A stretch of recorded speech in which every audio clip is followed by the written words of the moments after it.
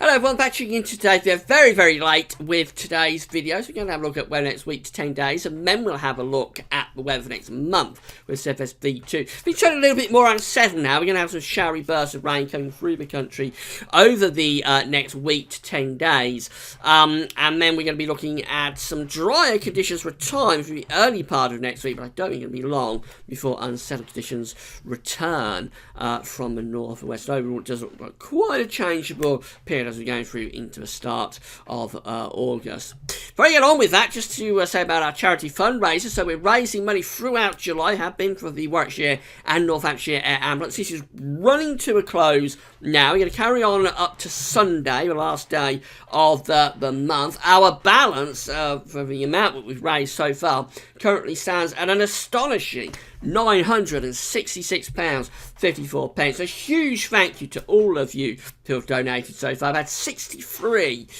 donations, and I really am blown away by the support that we've had for the Warwickshire and Northamptonshire Air Ambulance. We're hoping to get to £1,000. We're not far away from it already, so hopefully by the time we get through to the end of this, we will have reached our £1,000 target. Is way above what I expected when I started this at the beginning of the month. So a big thank you to everybody that's donated. If you haven't donated yet, there's two ways you can do it. You can either come to our Just Giving page. I'm on the Just Giving page now, and I'll leave the link in the description box at YouTube. There's also going to be links throughout GavService.com as well. Click the link, come to this page. You know it's the right page because there's the GavService logo. It also says Gavin's page, and you just click the yellow donate button. It takes you to another page where very safely, very securely you can put in your card details and donate whatever you would like to donate. JustGiving.com is a hugely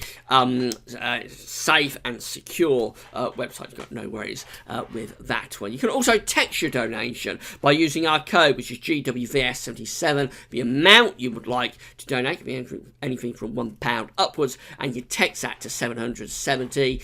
And if you pay as you go, your donation just taken off your balance, and if you pay via a bill, it'll go onto your next bill site. But I believe your mobile phone provider, so for instance Vodafone, others apply, they will pay money out straight away, and then you'll pay them. You see what I mean. And a huge thanks to everybody for doing this. We are doing something very special here, I think, for the Warwickshire and Northamptonshire Air Ambulance. I know they are very pleased and impressed with what we have done. So a big thank you to everybody for donating. It's a charity that doesn't get any support from the government. Not only Warwickshire and Northamptonshire Air Ambulance, but all the air ambulances throughout the country are charitable organisations. They don't receive money from the National Health Service or from the government.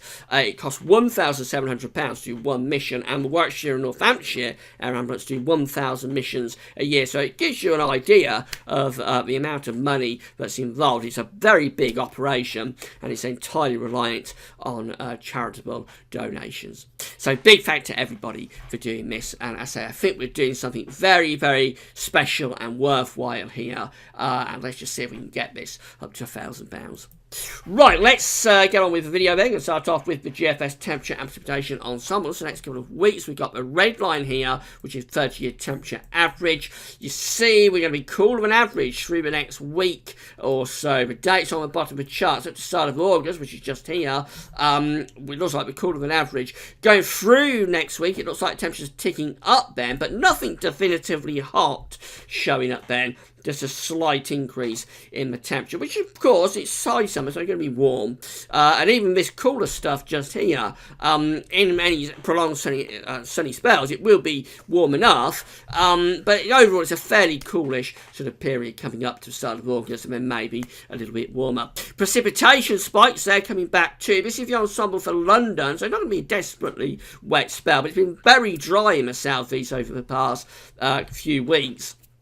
So I think we'll have more rain than we've had for several days and weeks over the next week to 10 days. Although, I say, not a washout of a period, but just more unsettled. That's for London. The Manchester ensemble also looking really unsettled, more unsettled in Manchester than it is in London. That's usually the case, of course, for North West England is often quite a wet place. So the rainfall spikes are there, and they're bigger, indicating quite a wettish period coming up for the next week to 10 days up in the northwest.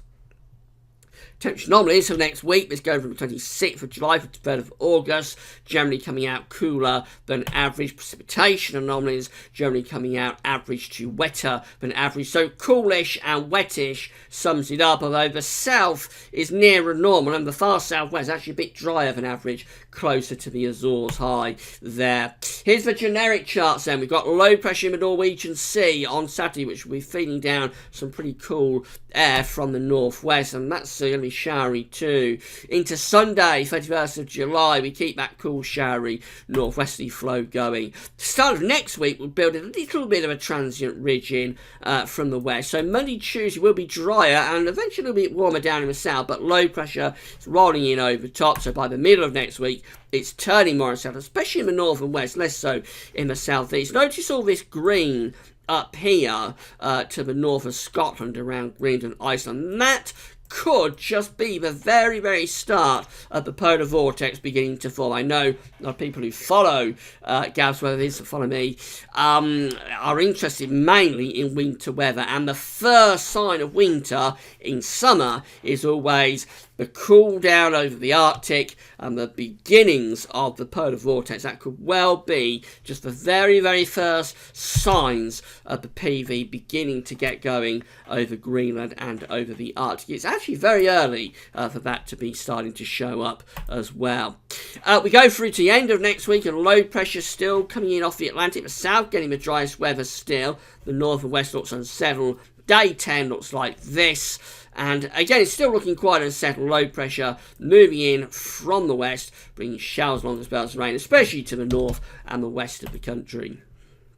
The ECMWF is very similar, so cool, showery, northwesterly winds for Saturday. That carries on into Sunday as well. Monday and Tuesday, building this little bit of a transient ridge in from the Atlantic, so it will turn dry and perhaps a little bit warmer through the early part of next week. Temperatures may be going into mid-20s Celsius down in the south. But Wednesday starts the low pressure starting to come back in off the Atlantic, and then that sets into quite an unsettled spell for the end of next week. Low pressure moving through the country on Thursday the 4th of August, bringing quite a bit of wet weather, I would have thought. And then Friday the 5th shows low pressure to the east of Scotland, and this next area of low pressure is waiting in the wings in the Atlantic. That's quite a deep one at 985 millibars, a bit of an Atlantic storm, and you would assume that's just going to roll in over the top of this ridge, flatten things off, and keep unsettled weather going into the first weekend of August. So it does look quite a changeable period here as we're going through